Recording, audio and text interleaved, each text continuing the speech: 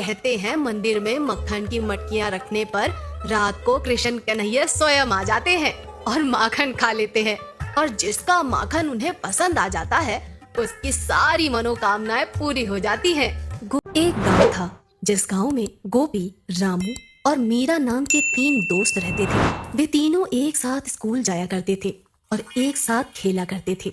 गोपी गरीब लड़का था, उसका घर बहुत छोटा था और वो ज्यादा महंगे कपड़े नहीं पहन सकता था। रामू और मीरा बहन भाई थे और वो बहुत अमीर थे। उनका बहुत सुंदर घर था।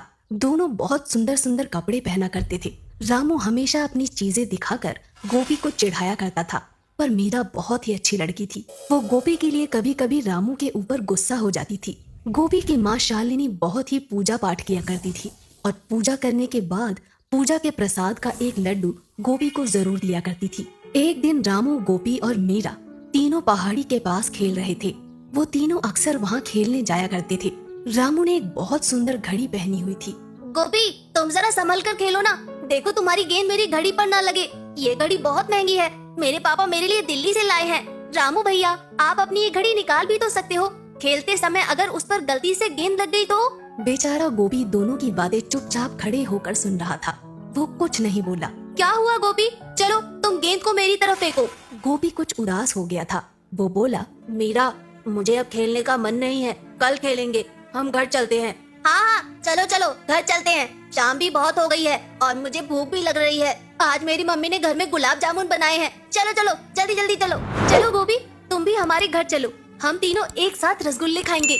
नहीं मीरा, देर हो जाएगी, माँ ने जल्दी घर आने को बोला था, कल जन्माष्टमी की पूजा है ना, इसलिए। इसके बाद तीनों अपने अपने घर चले गए।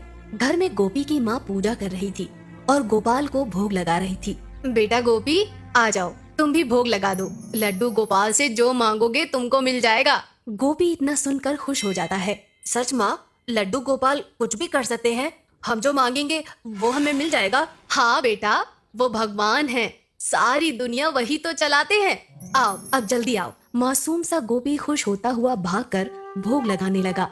आज गोपी बहुत ही उदास था। रामू की घड़ी वाली बात उसे बहुत बुरी लगी थी।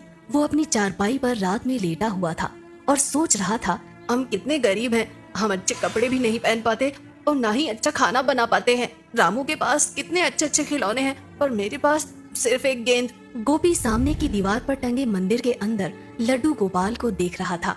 लड्डू गोपाल, क्या तुम हमें अमीर नहीं बना सकते? तभी गोपी की माँ वहाँ आ जाती है। गोपी बेटा, तुम सोए नहीं?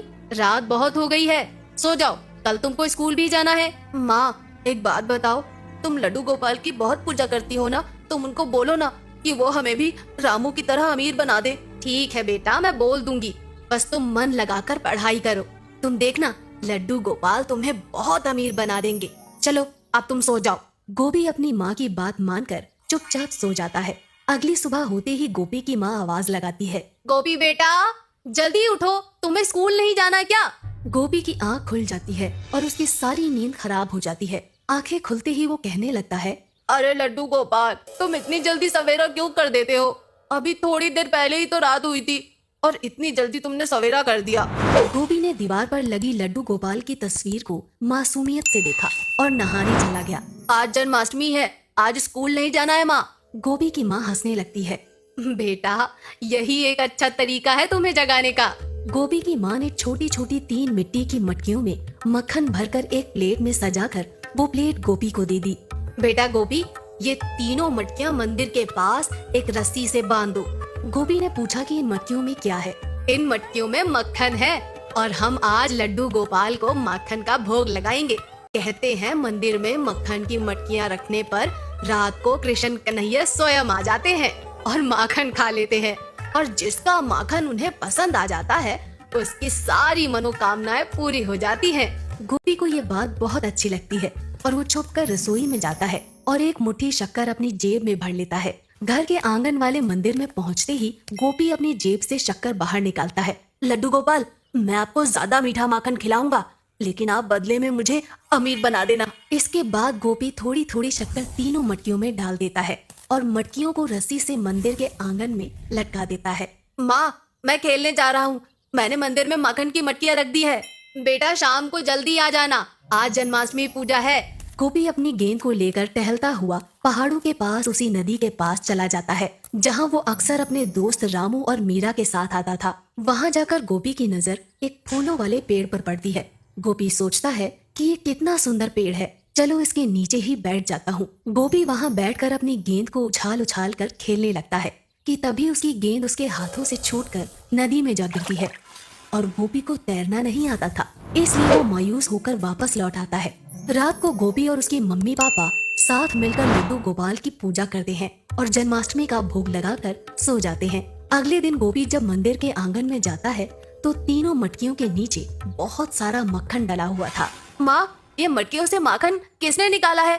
देखो कितना सारा माखन नीचे गिरा दिया है। बेटा, अभी मंदिर के आंगन में तो कोई नहीं गया, जरा मटकियाँ खोल कर देखना। गोपी शरारत करते हुए तीनों मटकियों को फोड़ देता है। मटकियाँ फूटते ही उसकी आंखें फटी की फटी रह जाती हैं। तीनों मटकियों से हीरे और चांदी के सिक्के और नोटों की गड्डियाँ नीचे गिर रही थी। माँ, ओ माँ, जल्दी आओ, देखो इन मटकियों में कितना सारा खजाना भरा है। गोपी की माँ तुरंत वहाँ आ जाती है। हे भगवान, इतना सारा खजाना! लगता है लड्डू गोपाल ने हमारी प्रार्थना सुन ली है। गोपी और उसकी माँ बहुत खुश थे। अब वो भी बहुत अमीर हो चुके थे।